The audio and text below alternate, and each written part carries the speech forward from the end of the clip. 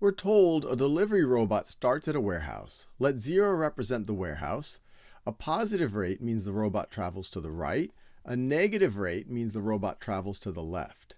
The robot travels at a rate of -6 kilometers per hour for 8 hours. What is the robot's final position? Pause the video, try to work through that.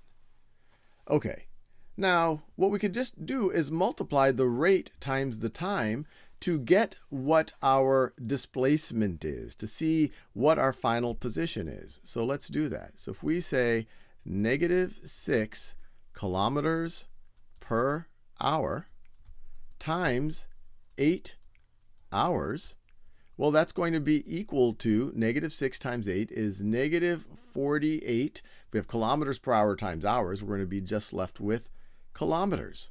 So our final position is at -48 kilometers. What does that mean? Well, another way to interpret that, we're saying negative is to the left of the warehouse. So another way to think about it, this was 48 kilometers to the left of the warehouse.